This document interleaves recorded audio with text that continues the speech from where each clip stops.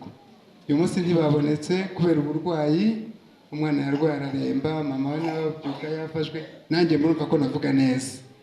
Iyo biza kuba aho nigenga banavuze ngo hoya, ariko iyo wasezeraniye Yesu kumukorera, Satani yo yinjira avuga ngo buretse uyu mwanya si uwawe. Nubwo nasara ariko ngahagarara, ijambo ry'Imana ryavugwa. Niba ari njye nateguwe, ni njye nateguwe, nta mpamvu yo kubisubika, Satani atsindwe mu izina rya Yesu. Turaganira uko bikunda, turakoresha igihe gitoya, amasaha yagiye, abenshi mwateguye iby'ubunani, ntawe urantumira, ariko aho nsanga ari hafi ndizana, ubwo mbona nyine amenye ko ari uko nguko. Yego, banza wongere wifurize mugenzi wawe ukwegereye umwaka mwiza. Umwaka mwiza kuri mwese, umwaka w'imbabazi kuri twese, umwaka w'uburumbuke, umwaka w'uburyohe, umwaka wo guhirwa na Yesu muri byose. Haleluya. Gusa rimwe mu ishimwe ntabura gutambutsa, nuko ndiho kandi ndi hano mu nteko. Kuba ndiho ni kimwe, no kuba ndi mu nteko ni ikindi. Iryo ni ishimwe ryuzuye umutima. Ahari umuryango nuboneka wose tuzabirambura, muzaduha umwanya wo gushima wacu kugira ngo natwe tuganire, Imana izabana natwe. Nishimiye rero kubana namwe, ndumva ari umunsi wa kabiri tuganire ku ijambo ry'Imana. Ndanezerewe cyane kuba mu nteko, ariko ubutumwa amasanze ntabwo buryoha. Aka kantu kari kunaniza ambasade, buriya ntimubibona? Ntabwo mubyumva? Ambasade arakoraho agaceceka, yazamura kagaceceka. Ufite mikoro ngo niwe wabyishe, bafura inyuma ngo oya, bana umusenga, yewe umunyamasengesho, tugutumye iki cyifuzo. Turakigutumye, wihangane, 30 by'icyayi byabonetse, mugende munywe icyayi, mufate imbaraga, mupfukame hariya. Imana ifite ubutunzi bwinshi, ifite n'abantu benshi. Turashaka kwiga ibintu bikosora. Kwama dutirira unyombi kaza kagaceceka. Akacu twakoresha ngo ubu banza ari ubwa gatatu iriya miseri tuyikoresheje, nyamara nawe yahiye. Iyo dutiye nayo itangiye guceceka, iri rimwe natubwira ngo ariko nta mana mugira. Niba hari uwabyumvise abyumve. Haleluya. Ayara amashimwe, ariko nyine n'imbogamizi mbona, hari igihe ubyuka wumva mu mutima wujujwe, ariko ugahita ukura n'akantu kakagutsitaza, ukaba wunamye ujya kwihanagura igitaka, ubwo bimwe bikaba biratambutse. Ibyo nabyo bibaho, ariko ntibitubuze gukomeza urugendo. Dufatanye gushima Imana rero kuri uyu munsi, yaraturinze muri 25, amashimwe mwayumvise. Hari n'abandi batayavuze ariko bayafite ku mutima. Ibyo byose ni imbabazi Imana yatugiriye. Ibyo byose ni ubuntu bw'Imana, ni ukuboko kw'Imana, ni ubushake bwayo. Iyo atabayo ntabwo ubu mbona, simba nkubona. Ariko ko yabyemeye ngo kugeza kuri uyu munsi tube tukivuga ibyayo, Imana yacu nishimwe. Abari kumwe nanjye mumfashe duheze icyubahiro. Icyubahiro ni icy'Imana. Tugiye kuganira ku ijambo ry'umwaka. Navuga ngo dusubize amaso inyuma mu mwaka wa 25, hanyuma duhite tuyagarura vuba turebe 26 dutangiye uyu munsi. Ntituramara umunsi, ariko tugiye kuzagendamo 365. Iyo minsi mu masaha izaba ireshya na 365 duherereje inyuma, ariko ubuzima tuzagiramo bushobora kuzaba butandukanye.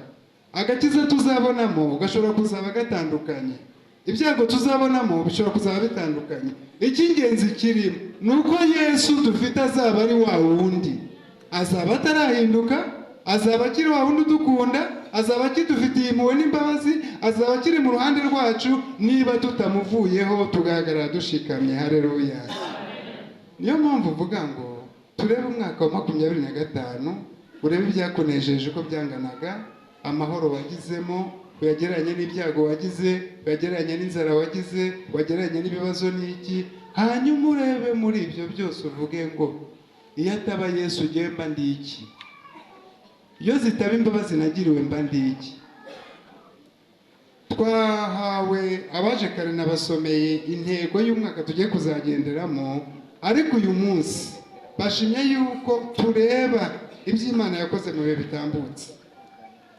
Hano mu iteraniro ryacu cyangwa se mu mitima yacu cyangwa no mu mutima wanjye, numvise Imana ishimye ko tuganira ku ijambo ry'imbabazi. turebe ku rugero rw'imbabazi. Imbabazi Yesu yatugiriye. Twari dufite ibyaha byinshi bimwe byitwa ngo byinshi. Mwatanze amashimwe ndayumva, nongera numva amashimwe, nongera numva amashimwe, kandi numva ndafashijwe. Amashimwe aranyubaka, ubuhamya bukanyubaka, ariko uyu munsi amashimwe yanyu yongeye kunyubaka. Reka dusubize inyuma turebe mu by'ukuri, mu minsi itambutse ibyaha byawe byanganaga iki? Iyo Imana ihita ikata urufunguzo ngo icyaha cyose ndagihannye, uyu munsi ninde uburi aha ngaha? Iyo Imana ivuga ngo imbabazi natanze zararangiye, abantu basigaye bandushye, ninde uzayicaye aha ngaha? Muri iyo minsi niba wibuka neza, uhere ku umunsi wa mbere w'ukwezi kwa mbere umwaka ushize, uba rugeze ejo hashize cyangwa saa sita z'ijoro, kugira ngo ufate ingamba zo kwibuka uyu munsi, kwimuka tuvuga ngo urugero rw'imbabazi ruboneka kuri Kristo wenyine wadupfiriye. Haleluya. Reka umuntu uzi gusoma neza yitonze adusomere mu rwandiko Pawulo yandikiye Filemoni. Ubisoma neza utihuta yumva bijyana kugira ngo tubyumve. N'urwandiko si amateka, si inkuru, ni ibyabaye. N'urwandiko nk'uko nakwandikira Diakoni Filipo kuko namubyaje ubutumwa bwiza nkaba nzi ngo ahantu runaka. N'urwandiko nk'uko Mushumburiya yakwandikira itorero hano, akandikira umwe mu bakristo yabwirije akamubatiza akamushyira mu gihe runaka.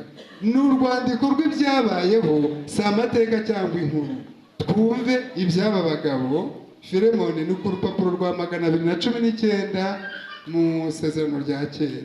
Umuntu hasoma neza atuje yitonze, ngiye muri uko ntabwo ndi kubivuga neza, mumfashe dukorere Kristo tugifite umwanya.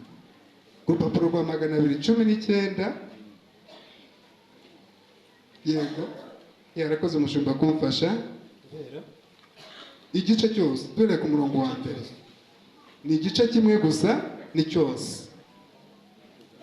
Pawulo imbohe ya Yesu Kristo na Timoteyo mwene data, turabandikiye ahari icyatumye atandukanywa nawe igihe gito, no kugira ngo muzabane iteka, atakiri imbata yawe, ahubwo aruta imbata, ari mwene so, ukundwa nanjye cyane, ariko akarushaho gukundwa nawe kubw'umubiri no kubw'umwami wacu.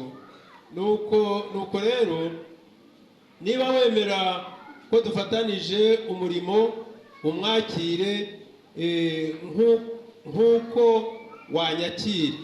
Kandi niba hari icyo yagucumuyeho cyangwa akaba afite umwenda wawe, ubimbareho.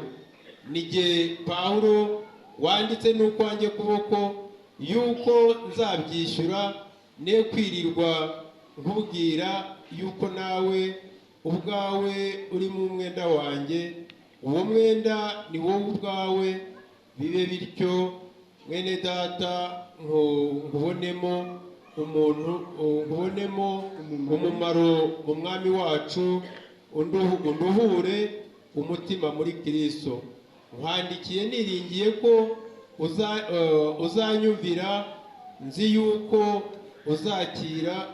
uzakora n'ibiruta ibyo mvuze, kandi n'ikindi untegurire aho nzacumbika, kuko niringiye yuko kubw'amasengesho yanyu muzampabwa. Epafura, uwo tubohanywe muri Kristo Yesu, aragutashya, na Mariko na Rusitariko na Dema na Luka, abo dusangiye umurimo, baragutashya. Ubuntu bw'umwami Yesu Kristo bubane n'imitima yanyu. Amen. Amen. Haleluya. Ni amagambo asa n'aho ari maremare, nyamara si maremare kuko ni urwandiko. Telefone zitaraza, abasore n'inkumi barandikiranaga. Umusore yabona akandiko inkumi yamwandikiye, akagasoma akagashyira ku musego. Yaza kuryama buke akagakurura akongera akarebamo. Umukobwa nawe bikaba uko nguko. N'abakoraga umurimo w'Imana barandikiranaga kuko nibwo buryo bwari buhari. Bivuga ngo uru ni urwandiko rw'ukuri umukozi w'Imana Pawulo yanditse arwandikira umuntu w'Imana Filemoni, umwe mu bo yari yarabwirije ubutumwa bwiza. Pawulo yari umwe ya Kristo, ngira ngo mu byigisho byagiye bitambuka batubwiye ko Pawulo yafashwe nuko yatangiye kubwiriza ubutumwa bwiza. Muhaguruke dusenge.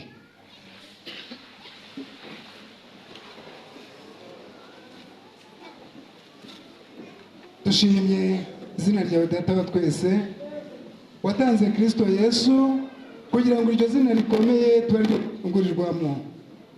Tugushimiye ko waturinze mu mwaka utambutse wa 2025, nyamara watwimuye utugejeje muri 2026, uduhaye umunsi wa mbere w'ukwezi kwa mbere ngo tuwubemo. Tubonye iby'umwaka w'imbabazi, tubonye ibya mwene Data Filemoni, bigaragara ko yakoze icyaha kimwe ari imbata, nyamara akababarirwa. Twe twakoze byinshi, n'uyu munsi dukora byinshi, twababariwe byinshi, nyamara wacyatwemere ko Kristo aba umucunguzi wacu. Nushimwe. Hamwe n'ibyo Mwami, turakwinginze kubw'uyu mwaka, bana natwe. Ntitwishoboje ibyo gukiranuka rwose, twebwe dusanga biturenga, ariko iyo wamaze kudushyiraho ikimenyetso cy'amaraso, ukamara kudufata mu kiganza, amazina yacu ukayandika, uradukiranura, tukagenda twitwa abahiriwe kuko turi abana bawe. Ndagusabye ngo aka kanya wongere utugarukeho. Muri paruwasi ya Nteko utugarukeho, mu bakristo bacu mu Nteko utugarukeho. Nje pastori, umukristo, umudiyakoni, umuvugabutumwa, buri wese Mwami umugarukeho, kuko uyu munsi utugabije, ariko ejo ntabwo tuzi igihe uzazira. Icyama nyakubahwa Uwiteka Imana ihoraho, icyama uko turi uku tukazahurira mu ijuru, icyama uko turi uku tukazabona bwa bwiza bwawe, icyama tugasobanukirwa ko ari wowe wenyine. Ndakwinginze, urabitanga, urabishoboza, ndakwinginze twemere utugarukeho kandi utugirire neza, uduhe imbabazi, uduhe n'ubuntu, kandi turindwe nawe mu izina rya Kristo Yesu waducunguye, no tubisabye twizeye. Amen.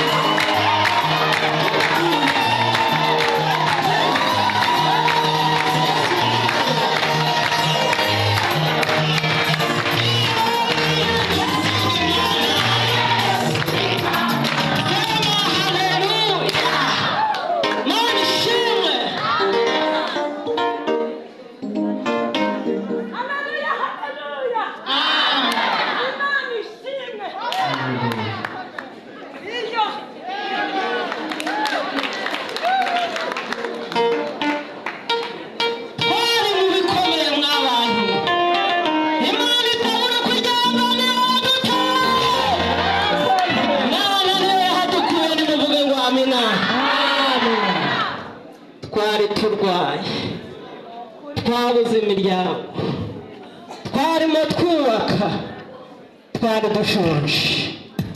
Mana ishimwe yaturemeye amashimwe n'umuhamina, ndayishimiye. Hallelujah.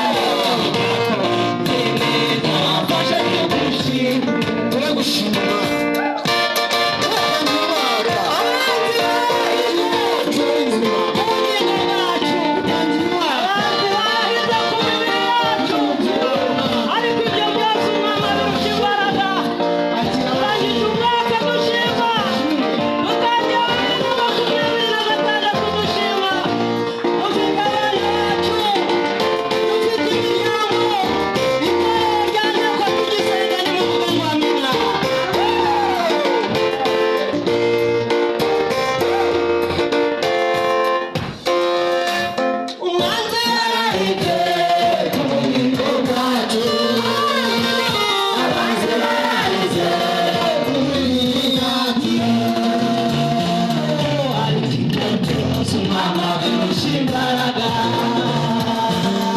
ariko ibyo byose umwana birusha imbaraga yarahize ubugingo bwacu abanzi barahize umubiri wacu ariko ibyo byose umwana birusha imbaraga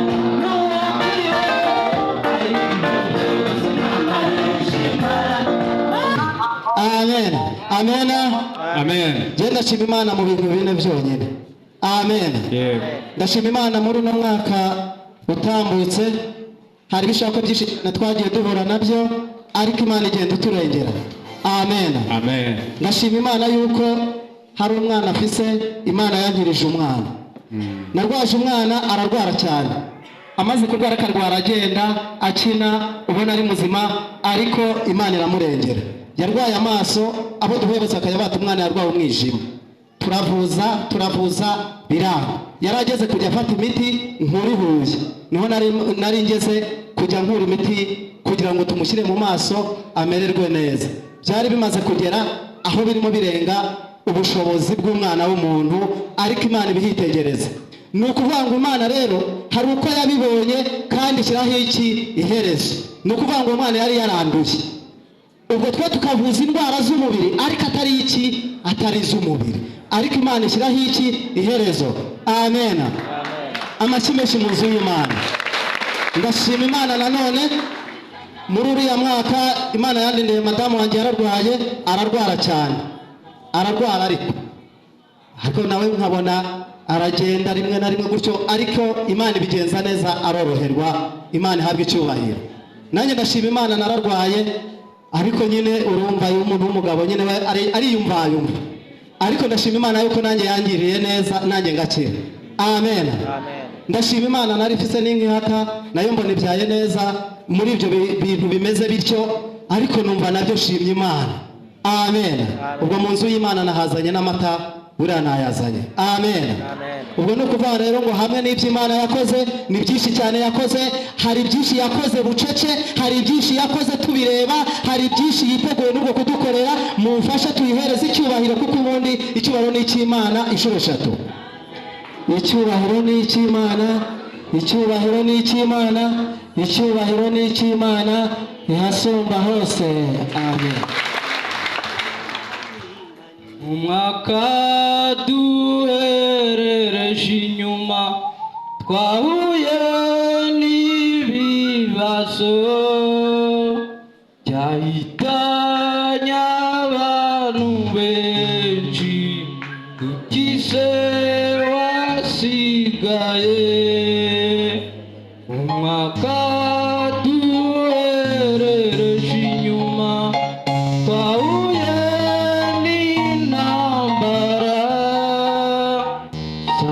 zahitanye abantu benshi ukize wasigaye. Ibaze mu mutima wawe batazi ikingubeho abandi bo barapfuye ukize wasigaye. Ibaze mu mutima wawe batazi ikingubeho abandi bo barapfuye ukize wasigaye. Haleluya. Amen. Amen. Amen. Isangi ndashima Imana ko yanditse muri mwaka duherereje inyuma. Ndashima Imana ko yagiye ibana nanjye mu myaka yagiye itambuka ariko gendo ndamuye ku mwuka wasima ko nishimwe shimira Imana. Kindi shimira Imana, ndashimira Imana ko muri uyu mwaka duherereje inyuma hari ibyifuzo nagiyemo Imana ariko ibyo byifuzo nagiye mbonera ibishubije. Kubw'iyo mpamvu kubwo uyu munsi ndiho mumeye ku mwuka wasima kubw'Umwami Yesu ankunda nkaba ndi amahoro nawe kubw'umwami Yesu agukunda ukabura amahoro wagejeje kuri sawa umeka umwuka wazima reka mpfukame ungurise tubihereze icyubahiro tuzaguma kwishima njye nawe.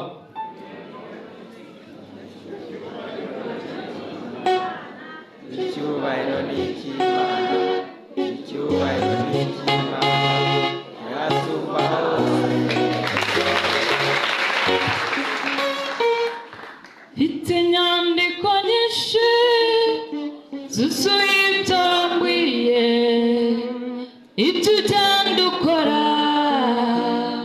ngenda mbififura, ariko icyo nabonye ntujya ubasha kubeshya, kuko aho ugejeje ubereye amashimwe. Indirimbo ndirimba ntabwo ari iya nyuma, ntabwo nzaceceka kandi ugikora. Indirimbo ndirimba ntabwo ari iya nyuma, ntabwo nzaceceka kandi ugikora.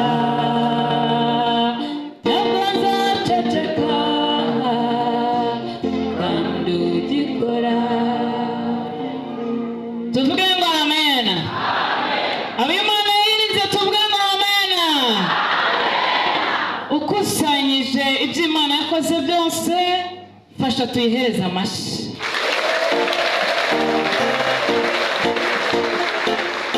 Ndashimira Imana yabanye natwe mu muryango, by'umwihariko aho ndi kubarizwa yenda se aho nashatse, nubwo aho navukiye duturanye, ariko by'umwihariko aho nashatse. Amen. Imana yarwanye intambara nyinshi kandi ikomeye, yaturwaniye urugamba mu muryango wa Alfred, ikora ibikomeye natwe turishimye. Yarwaniye urugamba Mama Deni arahari, ndi kumubona mu materaniro. Kuri uyu munsi ibyo ari byose bari kubarizwa yenda CHK cyangwa no mu bindi bitaro bikomeye kubw'uburwayi, ariko Imana yaturwaniye intambara, tuyihereza amashyi. Twumvise inkuru ikomeye ko umutware we arwaye kandi bikomeye, kugeza ku rwego we yari yamaze gufata ko agiye gucika amaguru, yari yamaze gusinya cyo ko bagiye kumuca amaguru, ariko dusenga Imana tuzamura kwizera. Kuri uyu munsi ni muzima, ukuguru kwarakize, arashimira Imana. Ndashimira Imana ku bwa Garase yakoze ibikomeye, kubwo gusenga kwacu. Imana yumvise gusenga, tuyiha amashyi.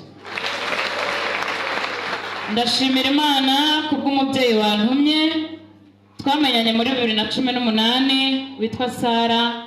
Yahuye n'uburwayi bukomeye, turwana intambara yo gusenga, ariho yantumye ngo kubwo akiriho dushimire Imana, tuyiha amashyi.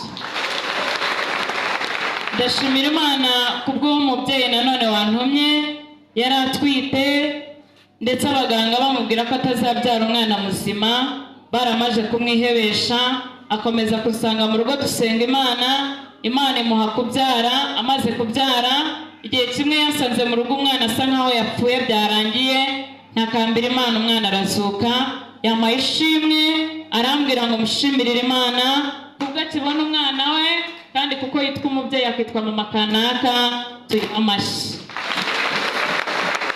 Ibyo Imana yakoze byose tubikusanyirije hamwe, nimufashe tuyihe icyubahiro, tuzakomeza kuyikorera uko biri. Icyubahiro ni icy'Imana, icyubahiro ni icy'Imana, irasumba hose.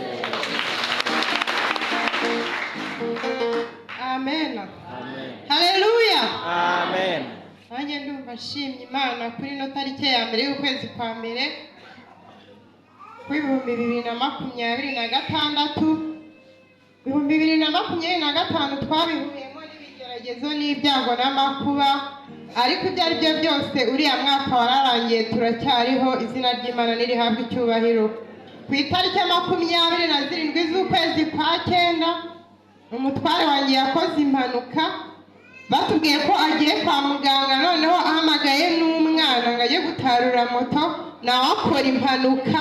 Ubwo bakora impanuka ari babiri umunsi umwe, ariko ubu ndashima Imana ko bakiriho bahumeka.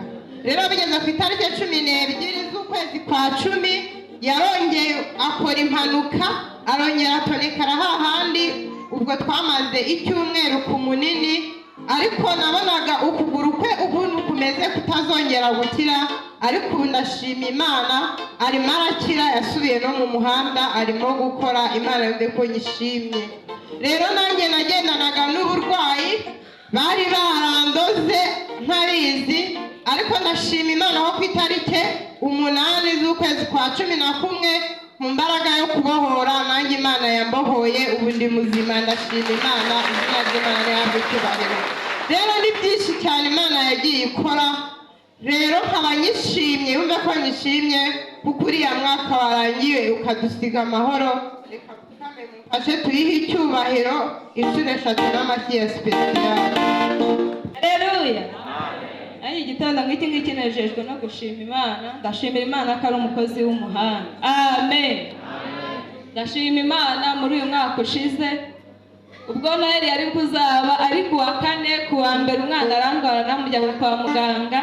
Mujyanye kwa muganga ubwo tukivayo nanjye mba ndarwaye, twese tujya mu buriri. Haleluya. Amen. Ubwo hari umubyeyi twasezeranye ko kuri Noheli azaza kunda tukajya gusenga, twagiza tukanatembera. Ubwo twese duhita twinjira uburiri.